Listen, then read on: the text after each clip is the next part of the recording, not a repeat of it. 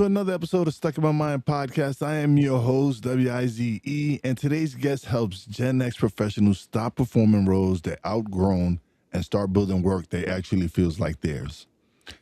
She spent decades in consulting and tech, climbing ladders she didn't build until she realized her job title had become her identity. Now she coaches midlife professionals who aren't trying to retire or escape work, but want ownership, clarity, and something real. She helps them navigate the fear, fatigue, and reinvention that come with starting over without blowing up their lives. If you're successful on paper but restless inside, this conversation is for you. So let's welcome to the show, Shelley McIntyre. Oh, Hello. nice to see you. Oh, thank you. Once again, sorry about the. I was in doing some work and I got engulfed and then I was like, oh my god, the It podcast. happens. How are Happens. you today? Good. I'm good. I'm good. How are you doing? I'm doing well. So, at what point did you realize you were climbing ladders you didn't actually build? I always had kind of a troubled relationship with the corporate world. I was trying to fit in for a really long time, and I did what a lot of other people do is they put on the armor and they wear the right clothes and they learn all the jargon and then they see if they can get away with it for a really long time. And and after a while, like I think it was as I was approaching the age of 50 where I stopped being able to get away with it in my heart. Not not on the outside. On the outside it was going fine. But for me it was like, you know what? This is not working for me anymore. And because I'm getting older and I've collected some wisdom, I'm having trouble faking it anymore. Yeah. I turned 50 this year, and Congrats. yeah, it's really different now. Yeah, I'm at the point where I it's I don't know. I guess every year I lose less, more filter is just like you're actually being much more honest, I guess, that you can say. You just be more with me. I find that I just tend to be just blunt about things much more frequently. Yeah, like the way I hear from a lot of clients that I work with is like all the F's are leaving the building. Yes, yes, that exactly that right there. So why do you say so many Gen X professionals feel successful and empty at the same time? Well, I think that, the traditional trappings of success are all external, Mhm. right? Are you making enough money? Do you have respect? Do you have a fancy title? Do you have all these external indicators of your self-worth, of your worthiness as a person? We all belong to this hustle culture, and that culture says that when you go to a party, you have to have a really good, impressive answer to the question, what do you do? And we we somehow get fooled over time into thinking that's a real reflection of who we are on the inside, but it never was. But it's hard to really know that when you're getting these, you have a good job and you're getting promotions and you have a fancy title that maybe your family doesn't understand at all, but sounds fancy to you, and other people know what a product manager is, right? Like it sounds good, like you manage a product, But but what we don't talk about underneath that is that the system that bequeathed this role to you, they're really messed up. And the people who are running it don't really know what they're doing. And a lot of major decisions are made from a state of panic. And if they really saw what was going on under the covers, it would be like the Wizard of Oz moment. And we're all pretending that this is normal. yeah, absolutely. So what does corporate life quietly take from people over decades that no one warns us about? Like, I know for my generation it was okay. Work for this for work for a company for years, retire, and get the golden and like that has just disappeared. Like for people coming up in my age, that's just not reality for us. Like a lot of people I remember growing up, they worked at jobs for 20, 30 years and then retired, and Yep. it's just not the same for us Gen Xers. Yeah, it's really not a thing anymore. Like, listen, I know a few people who worked for one company for almost their entire careers, and they're our age. That is so rare now because we hop around to a lot of different companies. But you asked like what the corporate world takes away from people. Yeah. Yeah, I think one of the well, let's see. I'm going to answer it in kind of a flipped way. The corporate world provides a lot of things to people and convinces them that that's all they need to feel content in their lives. So it takes away your agency and your creativity. So if you get absorbed by some big corporation who gobbles up all of your time and your energy and tells you that every creative idea you have belongs to them, that if you come up with an idea on the job, it's no longer your idea, it's their idea now to profit from as they would like, then you're really stripped of the juice that makes you a vibrant human. And this is not true in every case. Some people get along just fine in that world for a long time. But what I really see when I work with clients is that when they get out, they're like, whoa, wait a second. I have to start from a blank page. I need to rebuild my social life because I got all of my social connections from my job. I have to find a sense of meaning and purpose. I need to feel intellectually engaged. I need positive emotions throughout the day. I have to build all of that by myself now. And and I think that moment really clarifies for people how much of their life juice they gave away to a corporation for a really long time. And it's a hard moment of grieving that people go through when they realize that. Hmm. Yeah, absolutely. Yeah, it's and I've been at my job now. I'm going on my 12th year at being at this job, and this is probably the longest job I've ever held. And yeah, it's wearing thin, like to the point where I'm really working harder on building what all the things that I'm building now. And so I've and so when I launched the podcast in 2020, I was furloughed from my job because of the pandemic and everything. And when I started podcasting, something you mentioned was purpose. Discover when a lot of these people, when they leave their corporate jobs, is discovering their purpose.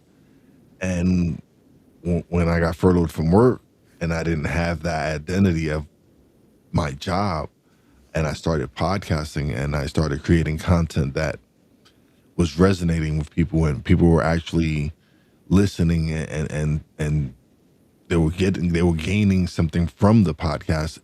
It kind of made me discover like what was my purpose, why am I here, what am I supposed to be doing. And podcasting gave me that. It gave me the opportunity to create a platform where people come on and share their stories, and hopefully someone out there can benefit from any of the conversations I have, because I know I've grown and benefited from a lot of the kind of conversations that I've had. And that was like once I finally got over the initial fear of releasing a episode, because it was just so many issues, like just me, so much self-doubt and self-talk, talking about, "No, I couldn't do this, who's gonna want to listen to me." And when I finally decided to just release an episode, it was like, okay, here I go. And you did something really important when you started that podcast too. You started tipping the scales of the amount of energy and attention that your job was taking up versus what you were building on the outside. And this is, exactly what you did is what I recommend to clients to start doing, which is find something on the outside. Don't make your job do too much work, Hmm. right?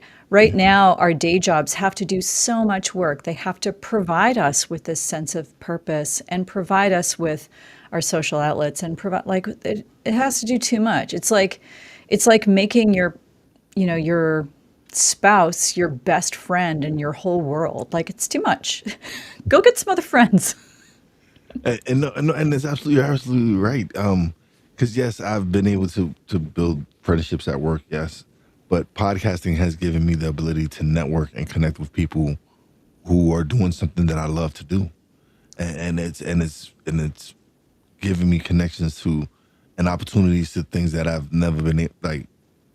Just some of the opportunities that are arising now from podcasting is just amazing. Like, and I again, it's and these relationships that I'm building through podcasting, they actually feel more like relationships than transactional when it's sort of when you're dealing at work, and it's more of a transactional friendship because Yep. you at work and you spend all this time at work with this person, so it's really, but when you actually get to build relationships that are based on things that you actually love doing, it's a completely different dynamic.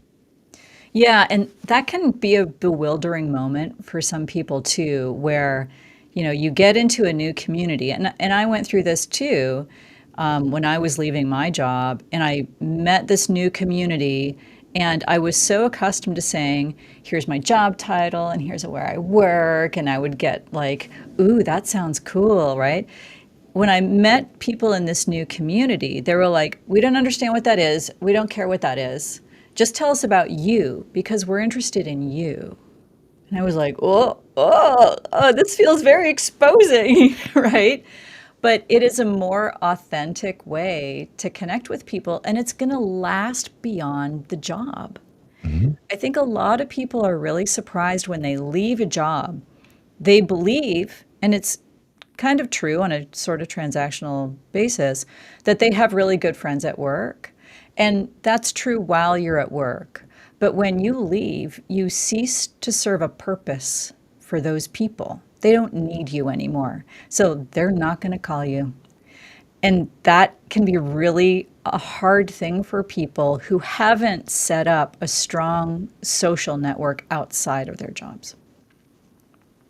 Yeah, and like I said, being able to podcast has given me that outlet, has given me that opportunity to build lifelong friendships with people because we bonded on something that we all love to do.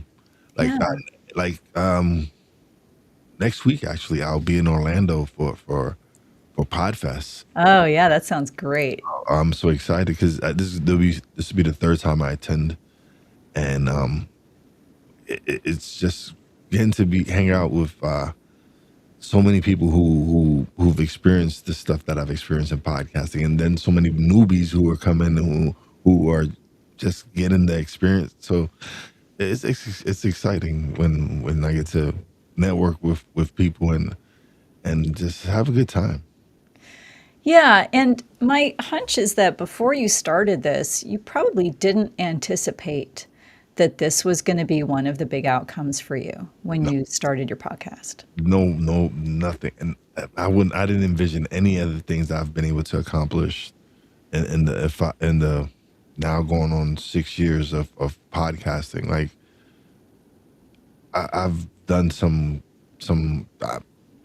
At first, it was just me, just challenging myself. It's like, hey, I want to launch an internet radio station, and my nephew was like, okay, well, go ahead. And so I launched the internet radio station without really knowing the dynamics of what. But I just like, you know what, I want to do it. Um, I want to launch a publishing company. Okay, what does that entail? Okay, this you need to do this. Learned about ISB and then KDP, and I learned how to self-publish books. it was just me just wanting to learn and just okay, just challenging myself to do something that I had never done before. Yeah. But podcasting was that first step. It's the thing that was like, okay, I did something that I had never done before, and I challenged myself. All right, now what else can I challenge myself to do? Yeah. It's like a magnet, isn't it? Yeah, yeah, Yeah. And that's the beautiful thing about starting something new in midlife, right? We we think when we get into it like, oh, I'm not gonna be able to learn this stuff. But we have learned the weirdest stuff in the past. We've navigated these corporate systems. We have all of this weird jargon and acronyms that nobody else understands. Of course, we can learn like how to be a self-publisher. yeah, It's just scaffolding, right? yeah. We can learn all of it. I a lot of the stuff I learned at YouTube University. It was like there's a video for everything. Like Yep. there's a video for everything. And so it okay. I get to see it visually. Now I get to all right. This is what I need to do, and I get to do it. So for me, it was like okay. Yeah. I can learn from reading as well. Yes, but seeing it visually is like okay. Oh, all right. That's what it is. Okay, then let me go ahead and do it. So it was just me, and I continue to challenge myself. Like there's so many other things that I've been able to learn how to code and build my website, and like these are all skills that I've learned past the age of 44. Like Yeah. this is stuff wasn't I wasn't in this lane. It wasn't this wasn't was I was this wasn't my field. And so once I dove into it, I was just like, all right, let me learn. Let me just okay. What's this tool? Oh, let me do that. And that's how I continue to this day. That's just me continuously learning. Yeah. And there's something important in here. And there's this thing called the end of history illusion. And it's this belief that, we can look 15 years behind us and say, whew, a lot changed in those 15 years. I'm a different person. I did so many different things. But if we look 15 years into the future, most of us go, no, things are going to be about the same. I probably won't change much. And that's an illusion. Oh, I can tell you in just these past 6 years now that I've changed so much, and I've it's weird to say this, but I've done some amazing things in these past 5 years that prior me wouldn't have thought I would have been able to accomplish. Okay, that's a perfect thing to use as a tool for anybody who feels stuck in their job right now Mhm. and who imagines something different for themselves. Wouldn't it be great if 5 years from today, you could say to yourself and your friends, in the last 5 years, I've accomplished so many things that I never thought I would. Like, what if we could just zoom forward and reflect on a 5 year chunk of time and everything that could be possible? And we don't even know what that is yet. You didn't know you were going to end up with a whole podcast community of great friends, right? If we can be open to possibilities and say yes more than we're saying no, some crazy cool stuff is going to happen. Yeah, yeah, I believe that. Most definitely. So, why does fear keep people stuck for so long? Like, why is it that we're afraid to take that leap? Because a lot of us are afraid. They're afraid to take that leap because they're, I guess, it gives them a sense of security Mhm. doing what they're doing and whatever it is, and so they're not afraid to take that leap. Yeah, although that security, if you're working in the corporate world or in government or in healthcare or in pick an industry, that security is pretty thin. Hmm. I mean, we feel safe in our jobs and we recognize that, oh, a team right next to me just got laid off, or oh, there are budget cuts and this whole department doesn't exist anymore. But we just kind of cling to our little jobs and pretend that it's not coming for us. So we can hold on to, a sense of security, but it's a false sense of security. And intellectually, we know that, but emotionally, it's really hard to get that message. So that's one piece of fear that holds people in place. Another one is logistics, and finances are a big part of those logistics. So people are like, well, I'll never be able to make this much money. I'll never be able to get health insurance. I'll be completely alone. I'll be living under a bridge eating cat food. And and all of those fears are addressable. There are, we're in a gig economy now where people are cobbling together different revenue streams. And again, it's going back to this openness of making money and living your life differently than you used to, not relying on a single income source. And people are going to have to get crafty, but it's all possible. Oh yeah, no, it's if I've learned anything in the past 6 years, it's things change, and you even regardless of your age, you can evolve and grow, and it's allowed me to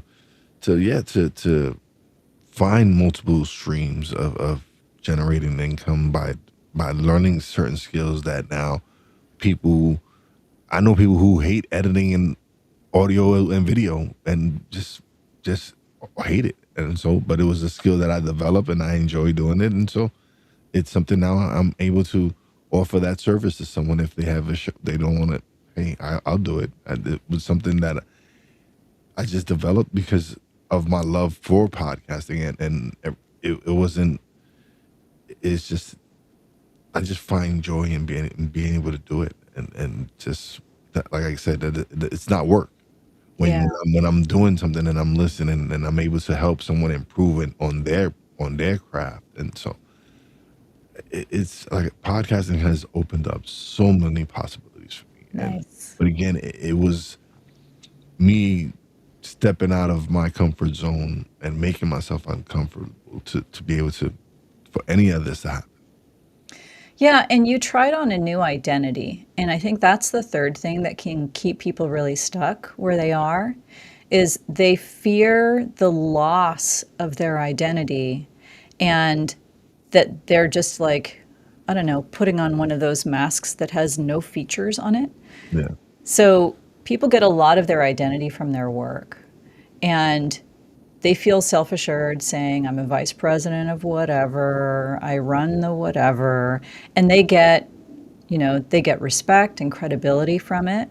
And if you take that title away or the association with that company away, a lot of people go like, well, who would I be? Mm. And I don't want to lose the credibility that I get, the clout that I get by having this job and just being a nobody. It's actually deeply scary to some people just to go out and be a person because they've always been told that in order to be a valued person, you need to have this job or this title or make this much money. And so a lot of the work that I do with clients is around identity building. So what changed when you stopped letting your job title define you? Yeah, well, first, I I did that while I was still working, and then I got real bad at my job.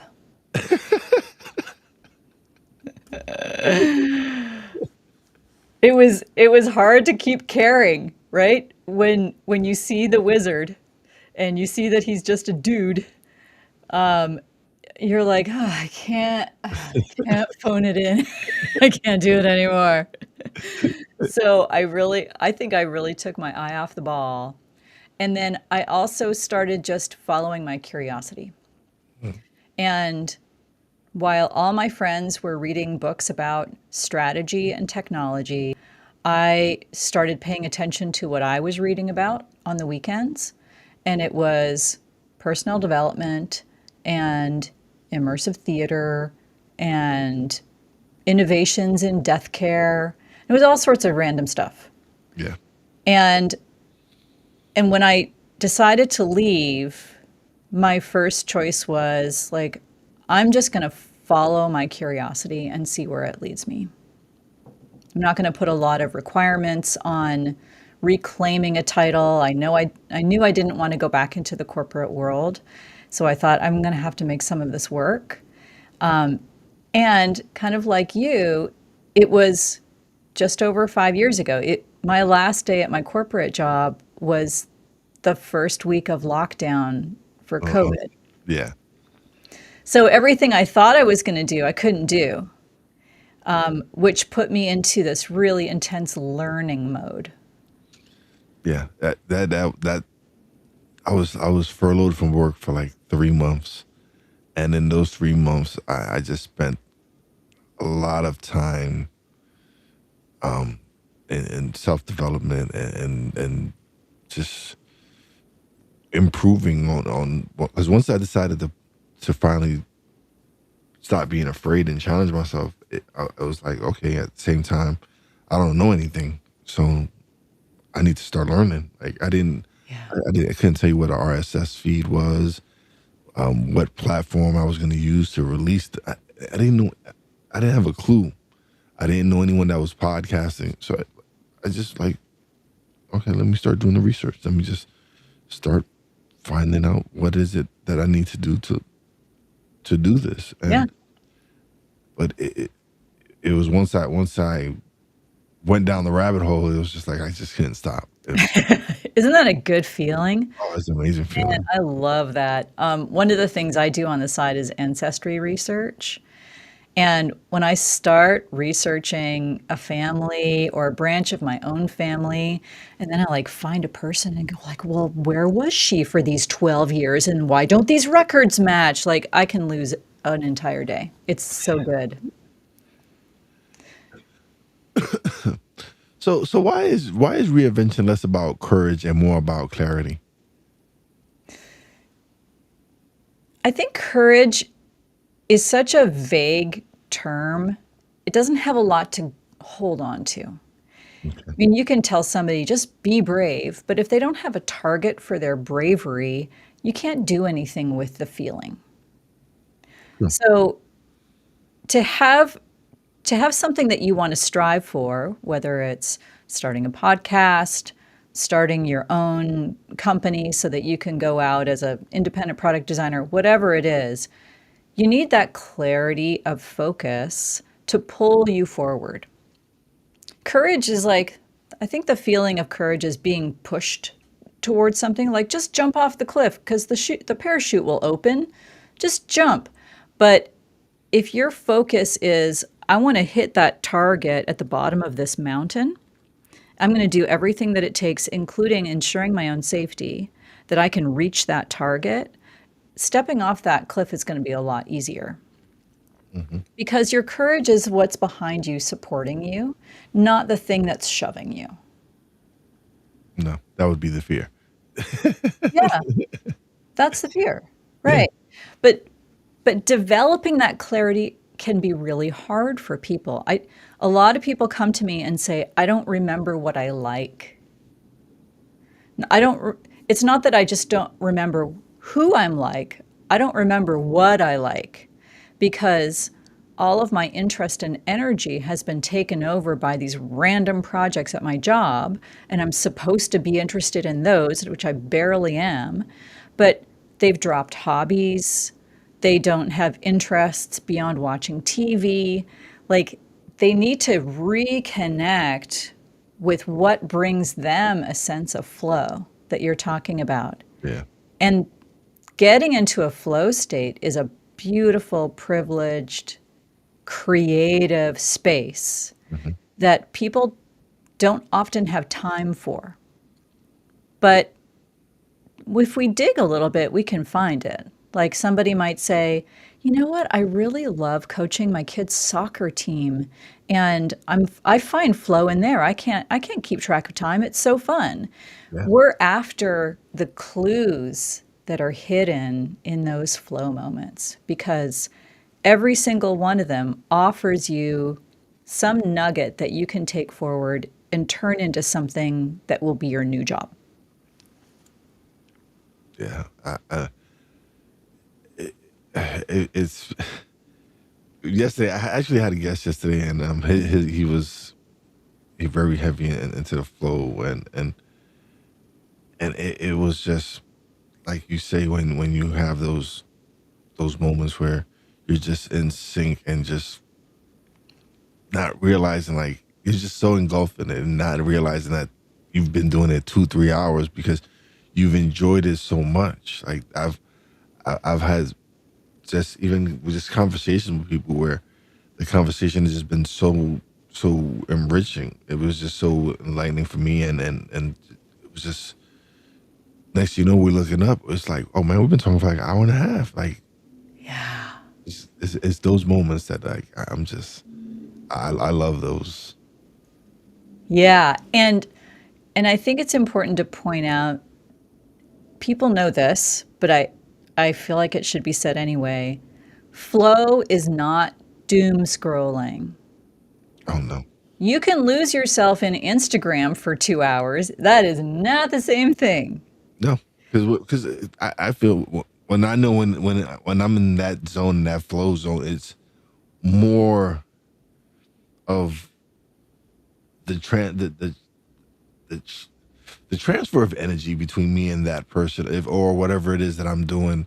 It just it's just a completely like doom scrolling. Like you're not gaining anything from it. Like when I feel when I'm in the flow and I'm doing something that is it's enriching my soul to me personally. Like I'm really like engulfed in it because it's something that it's making me feel a certain way inside. That to me is not. That's when I'm in flow.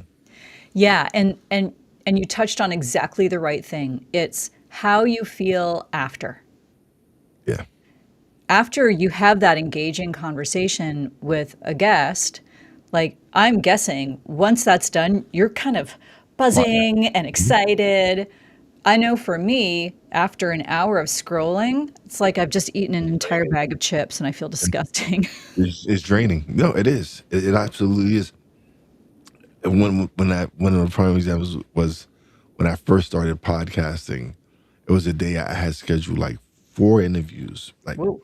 back to back, and by the fourth by the fourth interview, my guest had knew I had 3 guests prior throughout the day, and at the end of that show, they were like, "Thank you." I'm like, I was like, "Why?" They're like, "Cause she said she was like, I know you did 3 shows prior to this, but it's you still have all this energy," and I was like, "Well, cause it was just all 3 conversations prior to this were some great conversations, so it wasn't draining or taxing on me. It was I was charged and wired. So by the time I was to that fourth interview, I was still going off the other 3. So I didn't realize, but I was. She was like, "Thank you for you still had." I was like, I didn't realize because it was just so. To me, it wasn't. It was just I was just doing something that I loved, so it wasn't draining. It was more fulfilling for me. There was a point of even when I brought it up to a guest that I felt kind of selfish, right? Because I was enjoying my podcast Yeah. so much, and I just felt like, but a guest point out like, but your listeners are getting so much value from it because they see, they feel, they hear how you love what you're doing and the conversations that you're having, and so they're like, there's nothing selfish about you wanting to grow and develop, but at the same time you're sharing this information. And I was like, true, that does make sense. I am sharing. It's not like I'm hoarding these episodes. Right. People are out here listening to them. So yeah. So, but like I said, I felt kind of selfish because I was enjoying these conversations because it was so beneficial to me. Like I've grown so much just from these interviews. So I know the benefit that I've gotten from it. So it was like I was like, man, should I be enjoying this much? Okay, again, you're coming up with these amazing nuggets that are so relevant to people in midlife who are feeling stuck. Like, Mhm. this is the goal. We want to be able to say to ourselves, I get to do this. Like, I feel like I'm getting all the benefit here. Other people seem to like to be around me, but I get to be energized all the time. Mhm. We're probably doing something in our daily lives right now, even if it's at a job that we don't like. There's something in there where we're like, ooh, this task. Ooh, this thing I like. Oh, I get to go to a meeting with that person. Ooh, we get to do a brainstorming thing.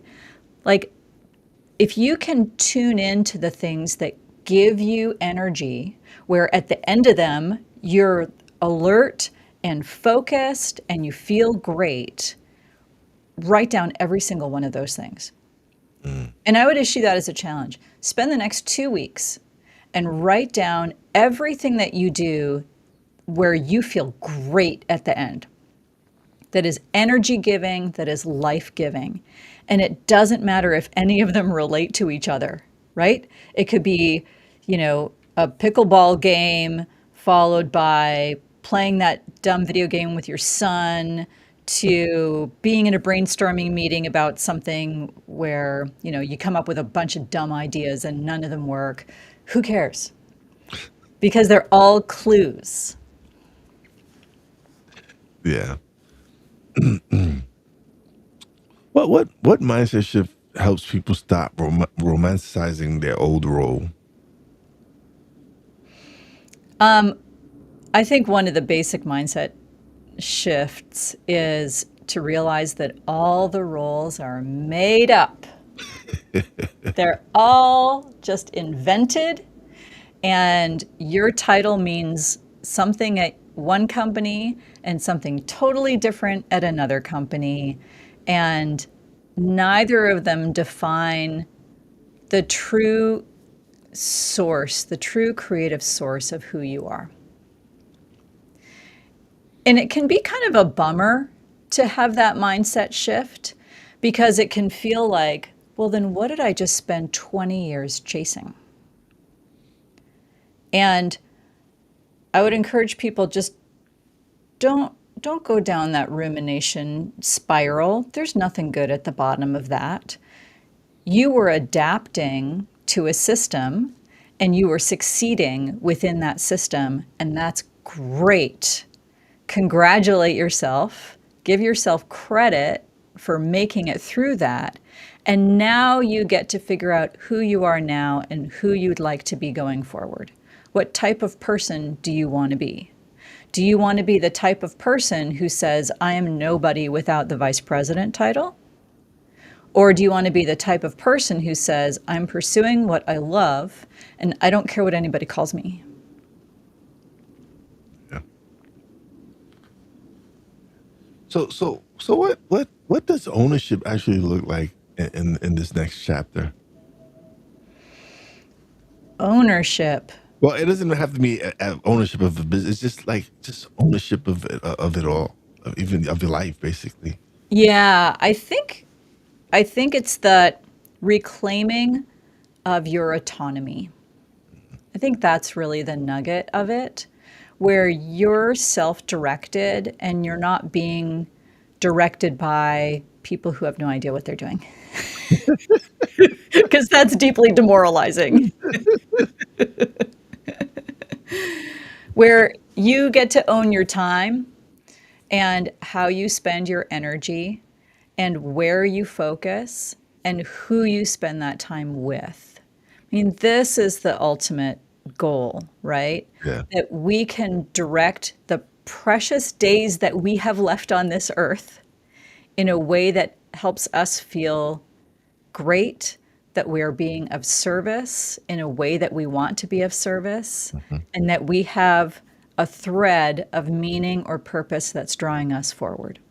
And that and a key word that you said was service, and that was something that for me was lacking, was finding that purpose and what was I was what was my purpose, what was I supposed to do, what like like you said, I had the fancy title at the job and but what was my true purpose?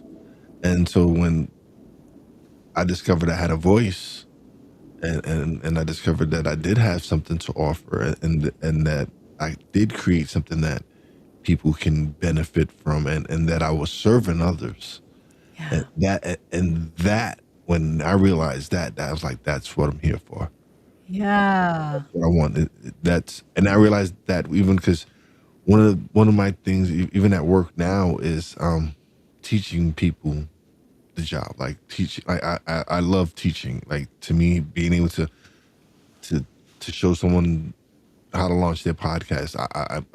I've launched a beta course on doing that, Yeah. and so many different things. But I've realized that serving others and teaching others is something that is fulfilling to me. That was my purpose. That is something that I want to continue to do.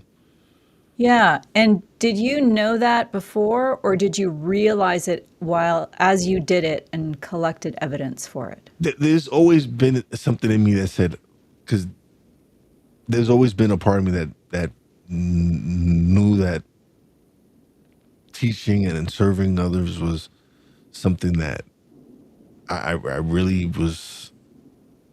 That was really something that was in the back of my head. Like I think this is where you need to be. Yeah. I don't know what what role and what, but you need to be somewhere where you're able to help and show others whatever it is that I'm meant to show them. So it's given me that direction and that push and 'cause I've like I said in these 5 years I've done so many things that I'm proud of. One of the things was I went and I became a certified life coach. Nice. It was me just sort of like investing in myself and wanting to improve, and the course was more for me than anything else. Just but once I got into it and I started really learning more and started using it on myself, basically just developing myself, it was like, oh man, yeah, this is it. This is where I want to be. This Yeah. is the lane, coaching and helping and teaching and yeah, so that's where I'm geared towards, and that's I've started the new year off with a bang. I'm helping a friend launch her podcast and coaching her through that, and so yeah, it's been once I've finally realized that that's the lane that I wanted to be. That's when things really started falling into place. Yeah, I love that you said that because what you did was you took a series of actions to test your initial idea of where you wanted to be, right? You're like, "Hey, I think I need to be somewhere where I can teach people. I don't know what it is yet. I'm not sure what it's going to look like." But then you tried stuff and you gathered evidence. Yeah. One of my favorite proverbs is all knowledge is rumor until it is in the bones. Mm. And it says to me that finding a purpose or figuring out your next path is not a thought exercise. You can't research your way there. You can't even take classes to figure it out. You have to get out into the field and try stuff Mhm. and get that feedback in your body for whether it's right or not. Yeah, and you'll know, like look, You'll know. for me, it's been being it's just and it's been crazy because like people that friends that I've known for years who've listened to episodes or like they'll send me messages that they're like, yo, I've been on a fence on something and listening to this episode with you and this person has really pushed me, like, because it was a conversation that me and a high school friend we had, and he's a successful real estate broker in New York City, and we had a great conversation. We was talking about manifestation and self development and bel just believing in yourself and just believing in re- in growth and developing yourself. And she had heard the episode, and she had been on the fence about starting her business. And here she is hearing two of her high school friends talk about Yeah. business and development and all these other different things. She was like, if these two guys that I know personally Yep. are doing this, why can't I? Yeah. Why is it why? And so she took that leap and started her business. But it was receiving that message from her that listening to you guys made me question, like, I know these two guys that I know them personally. Yeah. This Joker? This guy? Like I know them. So like if they can do stuff like this, what is stopping me from taking that leap? And when I get messages like that, it's like, okay, all That's right, the best, right? yeah, those are the moments. Those are the ones that you're like, okay, this is why I'm doing what I'm doing. Yeah. So good. Yeah, yes, it is. So if someone's listening feels trapped between who they were and who they want to become, what do you want them to remember right now? I want them to remember that they already are. You already are a worthy and creative person. It's already in there. It might be like you might have to clear away some cobwebs, some some beliefs about yourself that aren't true, some corporate jargon has got to get out of there. But you're not trying to become a new person. We're trying to reconnect with who you've always been. One way to do this is what I like to call an essence exercise. Here's what it is. Okay. You find 10 people who know you very well. They can be family members, they can be friends, they can be close coworkers, whoever it is that knows you well and will be responsive to your request. And you ask them this: what am I like when I'm operating at my best? Some people are going to give you single words. You're funny, whatever, right? But some people are going to say, let me tell you this story.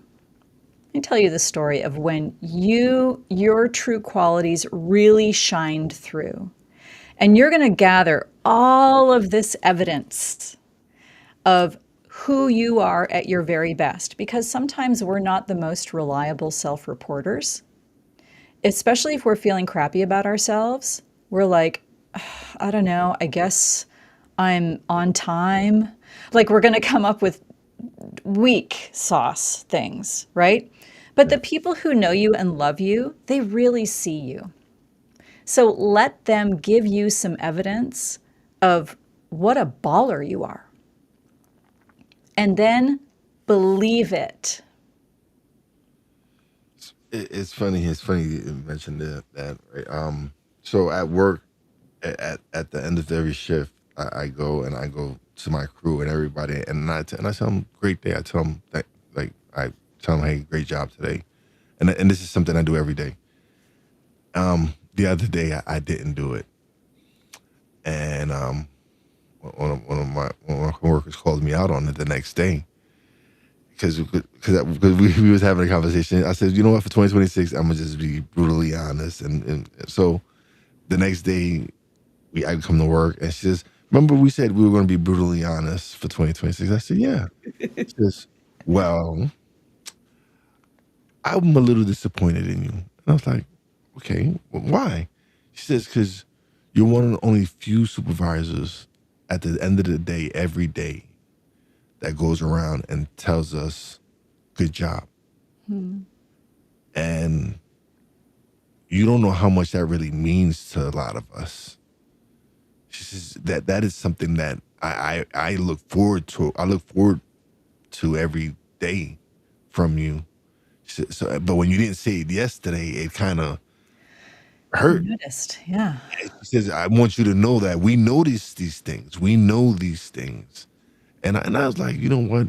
You're absolutely right. I apologize. And again, but it's great to have those friends that are comfortable to be like, hey, Yep. this is something that's great about you. This is what I love that you do that not everyone does. Continue to do this because this is a great trait. So when you brought that up, that because it just happened the other day, so it was still fresh in my mind. And yeah, it was like it made me feel like wow, like I'm doing something correct. Because if just me not saying great job at that like really bothered that person, it was like that meant something to me. That meant like when they take what I say personally, they take it seriously and personally. So Yeah. it was And they good. feel appreciated by you. Yeah, And that's a skill that you can help people feel appreciated. Not everybody can do that. and so and but it was to me it was like oh when she told me that I was like oh man like I went like you're absolutely right I didn't say and it's not an excuse but it had something had happened that kind of took like just kind of threw me off my game for a minute and so it was like but her telling me and bringing it up to me and it it, it was like all right thank you I appreciate that and so It's also a good reminder that people are really paying attention. yeah Like we might be in our jobs feeling stuck and feeling terrible about ourselves, but people really are noticing and appreciating particular things about you. So give them the opportunity to tell you what they are. yeah Because it's actually, I mean, it might sound like a burden to ask people this question. Who am I? Like, what am I like when I'm operating at my best? You might feel anxious about asking it, but people can't wait to share that with you. yeah They're excited. So let them do that too. Give them that joy. absolutely but we've come to the part of the show where you get the spotlight and you get to plug away let everybody know where they can find you websites everything. Yeah. I have a podcast called Burn the Map, and you can find that wherever you find podcasts. And my website is burnthemapcoaching.com. All right. Thank you so much for being a guest. Thank you again for your patience. I apologize for my tardiness. All good? Thank you. This has been wonderful. I've had a great time with this. But don't leave just yet. Let me close out the show and we'll chat a little bit off the air. But Okay, thank great. you so much for being a guest. I greatly appreciate your time. This has been awesome. You bet. Thanks for having me on. Our pleasure's been all mine. All right, everybody. Another great episode. If this conversation hit home, share it with a Gen X professional who's quietly questioning their next chapter. We don't reinvent alone. We do it together. So I hope everybody have a blessed night. Peace out.